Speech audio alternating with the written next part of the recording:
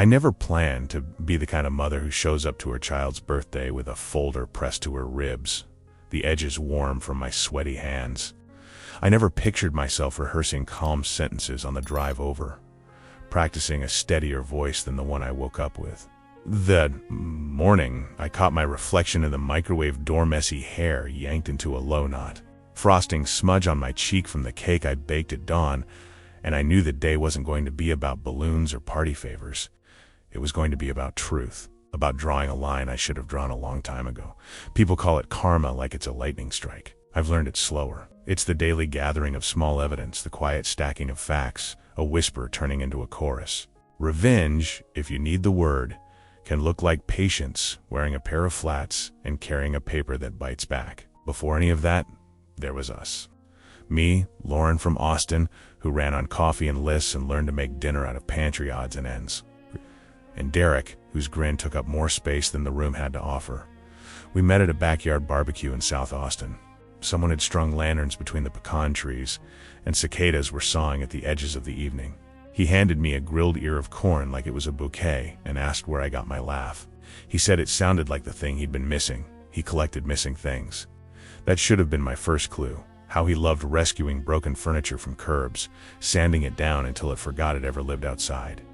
He liked to fix. He liked to be the answer. We built a life that felt like a porch with a swinging bench, a small rental with a lemon tree that never fruited. We hung mismatched frames on the hallway wall and called it an art gallery. We used a dry erase board on the fridge to plan the week. When our son arrived, we rearranged the world around his crib like it was true north. We named him Ethan because it felt solid in the mouth, like something that would hold steady in a storm. Here's a picture I wish I could hand you. I'm standing in our kitchen during that first winter, bouncing Ethan on my hip while steam fogs up the window above the sink. The radio is playing a song with a whistle that makes him smile. Derek is behind me, reading out loud from a blog about how to install shelving in a way that maximizes the vertical. He reaches around to stir the pot so I don't have to, and his fingers brush my wrist. For a moment, everything is exactly how I imagined grown-up love would be, ordinary in the best way, a rhythm that holds. What I'm leaving out is the part where the rhythm changes, not all at once. It starts with jokes that land just a little too hard in front of friends. It drifts into eye rolls when I say I'm tired and he says we're all tired. It grows into a new habit, him speaking for me. She hates spicy food. When I'm sitting right there, tongue burning, loving the salsa even if it makes my eyes water. She's bad with directions when I'm holding the map. She's emotional when I'm trying to explain what I need. Micro things, as easy to miss as a loose thread, until one day you realize the whole hem is falling. But love is sticky, like honey. It clings to your fingers, and even when you rinse your hands, you carry the sweetness with the sting. I kept building. I picked up extra shifts at the clinic. I learned to sew a dinosaur costume the week before Halloween, stabbing my thumb more times than I'd admit because Ethan wanted to be a T-Rex, and I couldn't bear the thought of him being anything else. When Derek's freelance gigs slowed, I convinced myself it was a season. I told myself marriage was a series of seasons, and who leaves in the dead of winter? The night I knew we were in trouble was not dramatic. There was no slammed door, no crash. We were in the parking lot after one of Ethan's soccer practices. The sun had slipped low enough to turn car windows into mirrors. I said I was worried about the mortgage, the late fees piling on like someone scribbling over a word until the page tears. Derek stared at his phone and said, "Can you not do this right now?" Then he added, almost softly, "I've got it, okay? I'll take care of it." He said it in that tone that made me feel like a kid with sticky hands in a crystal shop. I closed my mouth. I swallowed 1,000 questions. That was the beginning of the quiet. I won't inventory the fights or the apologies that were really negotiations of silence. I won't pretend I was perfect. I've learned that in stories like mine, there's a temptation to boil everything down to angels and villains. The truth is messier. I was sharp sometimes. I weaponized calendars and spreadsheets when what I needed was to say, "I'm scared." I missed the signs of his fear too, masked as bravado. But it crossed a line the night he called me a guest in our home when I questioned the new rules, his rules for bedtime and screen time and who Ethan could FaceTime and when. Guest like I should ask permission to hold my own son. We separated slowly, like peeling off a bandage you can't bear to rip.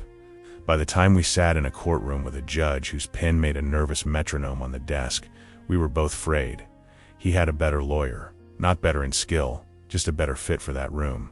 The temporary agreement leaned his way. I rationalized it as a starting point. I repeated the words temporary and co-parent until they lost shape. I want to tell you about the little ways he made sure I felt small. The time I showed up to pick Ethan up from school with a thermos of hot cocoa, and the secretary's smile faltered. "I'm sorry," she said, voice dipped in that sympathetic sugar. "We have a note here that says Mom isn't approved for pickups until further notice." It took half an hour to clear up a miscommunication. I stood in the hallway with my back against a bulletin board of construction paper turkeys and tried not to cry. Or the birthday party invitation that went out through the class email that didn't include me. A cousin I'd never met organized it, according to the message from Derek's account. I found out because Ethan let it slip in a voice message that ended abruptly, like someone reached over his shoulder to hit stop. Or the parent-teacher conference where I was told I'd already given my input, apparently. My opinion duplicated by Derek speaking on my behalf. He posted photos with captions about our guy and our little family, and in the frame, there they were. Derek, Ethan, and Derek's new girlfriend, Sloane, who wore airy dresses and did yoga on weekends. When I met her at a handoff, she extended a hand with a ring that could blind you in good sunlight and said, "It's important to me that we model a healthy environment."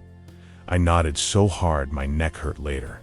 "If you're feeling angry on my behalf, go ahead, hold that heat." I did. But let me also hand you the tenderness. The nights I drove to a 24-hour grocer and bought the cheap flowers and cut the stems diagonally and put them in a mason jar by my side of the bed. The afternoons I parked near the school and waited, not because I'd see Ethan my access. Hours were spelled out in black and white, but because hearing the shriek of kids at recess reminded me that laughter still existed in a world that felt cold. The cake I practiced for weeks, so I'd have it right on the day I'd get to celebrate with him. Vanilla with cinnamon, a frosting that hid the crumb. A dinosaur made of candy melts perched on the edge, looking less vicious and more like he might ask politely for a slice. The turning point, when it came, arrived in an unremarkable envelope that looked like a postcard from nowhere. It was from the school, just a notice about a spring fundraiser, the kind with face paint and a dunk tank. I almost threw it out. Then I saw a line at the bottom. "For volunteer questions, contact Miss Alvarez." I'd met Ms. Alvarez once, in a hallway where she had leaned down to tie Ethan's shoelace without breaking her sentence with me. She had kind eyes that didn't do that soft focus thing people do when they think you're fragile. On impulse, I wrote her an email. I asked what was okay, not in legal language, just what's allowed. "Can I attend if I stand at the far edge of the grass?" I hit send and regretted it immediately. Her reply came fast. She said, "You're allowed to love your son in public." She added, "I am not a lawyer, but I am a witness." Then she wrote something I will never forget. "Document everything, everything." I bought a small notebook that fit inside my purse. I wrote down dates, times, comments, canceled calls, shut doors disguised as reschedules. Every time I was told, "He's tired, another night." I printed out emails. I screenshotted texts.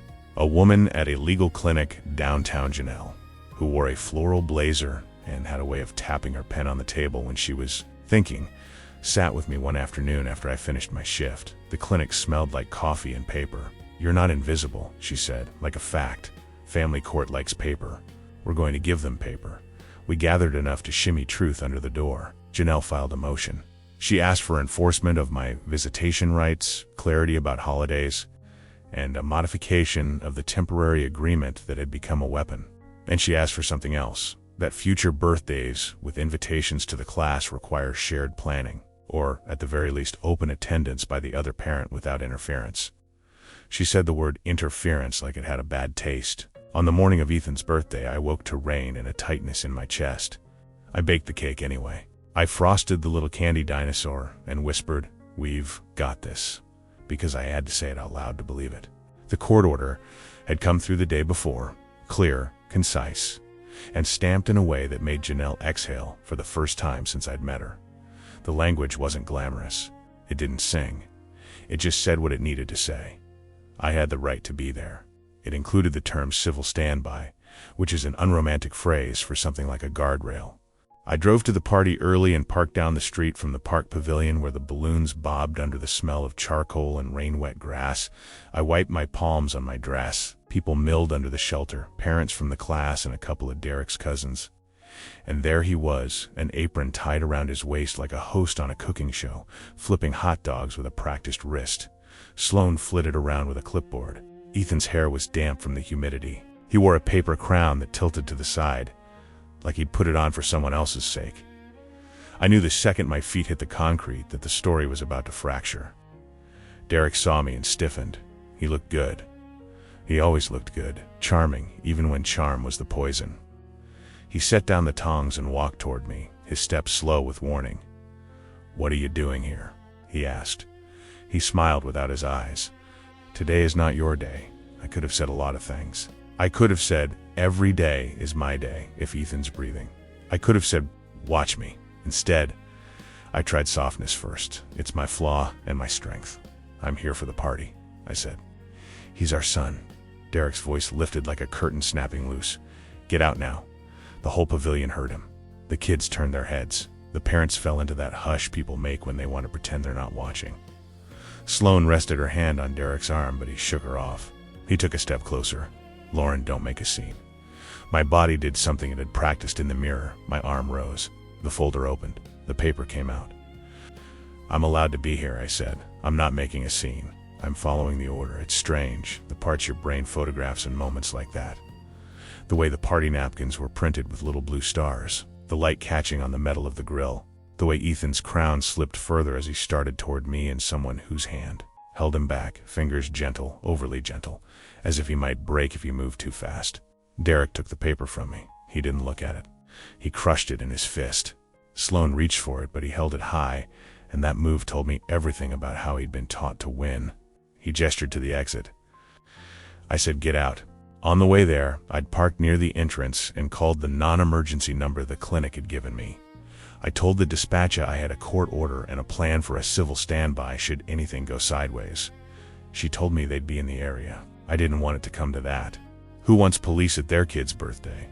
But a life with Derek had taught me that hope without a backup plan was just a way to get hurt. So when he tossed the paper at my feet and told me to leave, when he turned his back on me and started for the cake table like he could host his way out of the law, the cruisers rolled slow along the curb. Blue lights didn't flash, no drama, just the deep bass of tires on wet asphalt. 2 officers stepped out, calm, hands open. On our son's birthday, he threw me out of the party. Minutes later, the police arrived. He barked, "Get out now," and I held up the order like a shield. The officer took it from my hand, smoothed it on his palm, and read it. Derek's jaw worked as if he could chew through ink.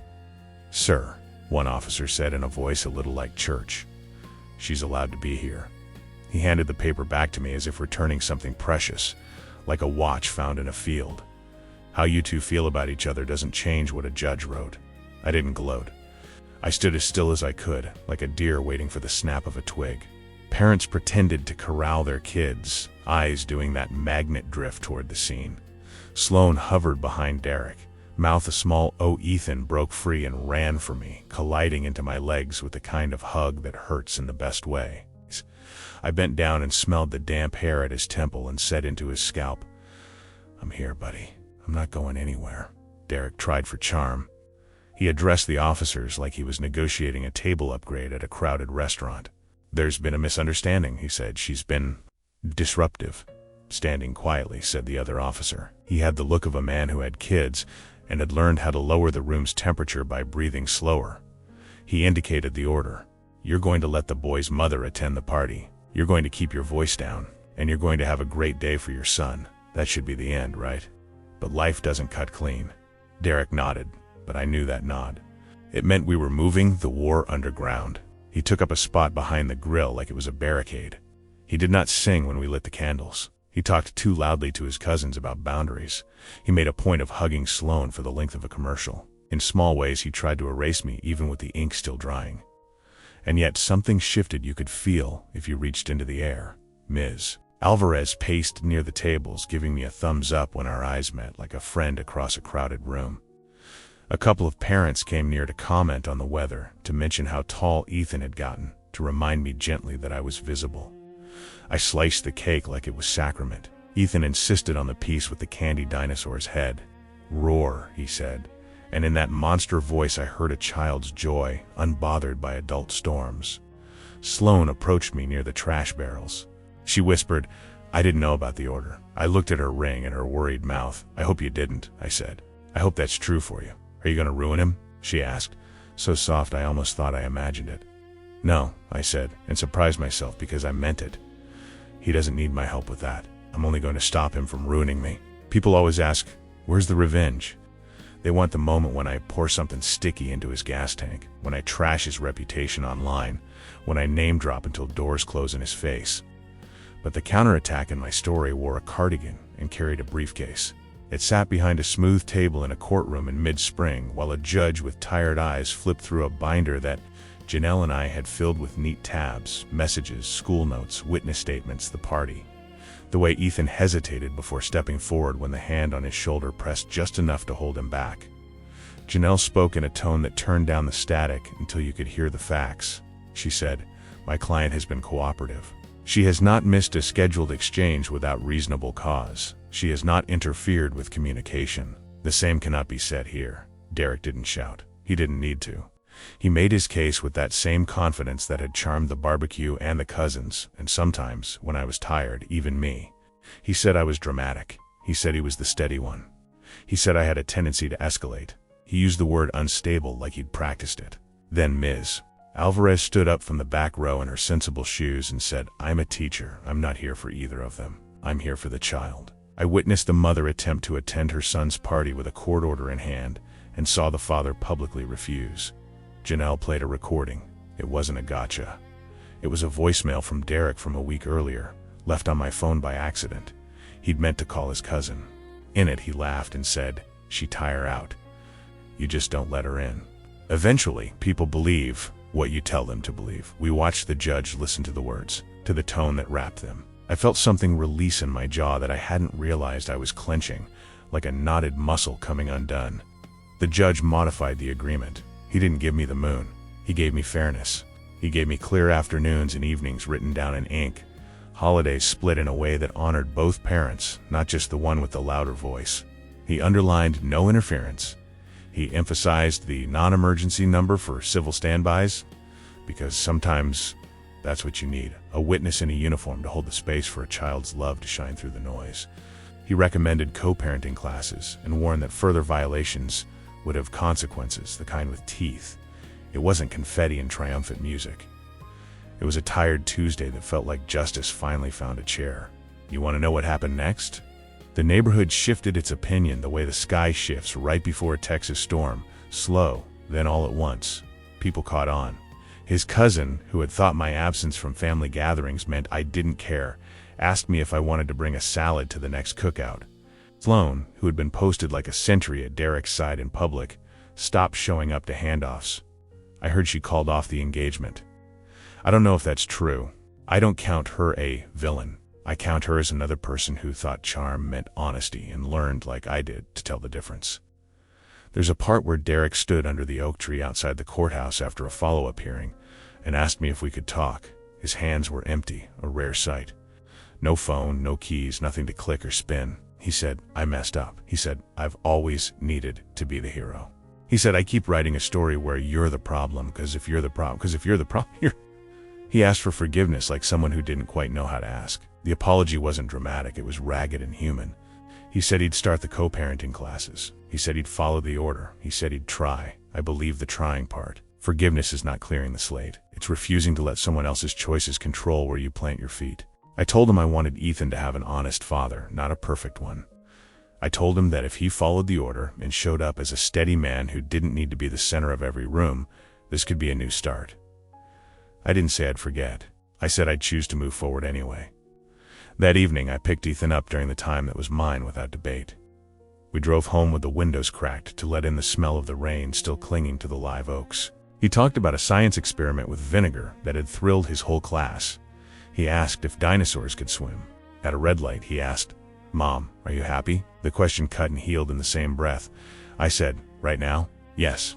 At home, we had a second little party. Just us and a neighbor kid who wandered in because his mother and I had taken to leaving our doors open like a bridge between apartments. We sang off-key. We cut into the leftover cake with the gap where the candy dinosaur used to be. We blew out candles again just because we could. When Ethan crawled into bed, he held my hand in that drowsy, trusting way that feels like someone handing you their heart and asking you to watch it while they sleep. Karma, you ask? It came, but not with thunder. It arrived like a clean breath after a cough. It looked like an officer returning a paper with care. It sounded like a judge saying, "We're not doing that anymore." It felt like a room full of people seeing you for real. It tasted like vanilla cake and rain and relief. And yes, it stung for a while, like cleaning a wound, like pressing on a bruise to find out where it ends. If there's a moral, it isn't that the law saves you without your help or that the villains always lose. It's that love and documentation make a fierce team. That you are allowed to love your son in public. That waiting is not the same thing as giving up. That sometimes all you can do is hold your paper and your ground and let the world see what they need to see. We celebrate Ethan's birthday every year with something small he picks, a picnic at Zilker, a movie night with blankets piled high on the living room floor, a homemade banner that sags in the middle because I still can't tie a perfect knot to save my life. Derek shows up. He arrives on time. He brings the kind of jokes that fit in a room now. He takes the class certificates seriously, kept them in a manila folder like a student proud of his grades. We are not friends and we are not enemies. We are parents. We orbit the same bright, warm thing and agree not to block its light. Sometimes, when the party hums and the kids are stomping around the yard like a herd of tiny wild horses, Derek catches my eye and gives a small nod. I nod back. It isn't absolution. It's acknowledgement. It's the quiet agreement between two people who have carried a story too long and are tired of being the only narrators. Ethan narrates now with his laughter and his complaints about broccoli and his fascination with sea creatures and the moon. On the anniversary of the park party, the one with the rain and the paper and the officers with their calm hands, I take the order out of my folder and slide it into a plastic sleeve. Not because I need it as a weapon anymore, but because I want to remember what it gave me, a way to hold steady when someone else's storm threatened to knock me down. I tuck it away. I put on a pot of coffee. I text Miss Alvarez a thank you because gratitude, like documentation, is worth writing down. I send Janelle a photo of the cake because some victories are simple and sweet and need to be shared. If I ever see a mother standing at the edge of a pavilion with her courage in a folder, I'll walk to her. I'll stand beside her with my hands open and my voice calm the way those officers did. I'll say, "You're allowed to be here." I'll say, "You don't have to be loud to be heard." I'll say, "Hold your ground. Hold your paper. Your love is the proof." And if someone barks for her to get out, and if she holds up the order with a small tremble in her wrist, and if the world comes to witness, I'll be there for the part that comes after, too. The cake, the candles, the small boy's crown tilting to the side, the slow work of a future where the center holds. Derek once said he needed to be the hero. The last time he dropped Ethan off, he lingered on the step and cleared his throat. "Thank you," he said, eyes on the potted basil by the door, "for pushing me to be better." He looked up.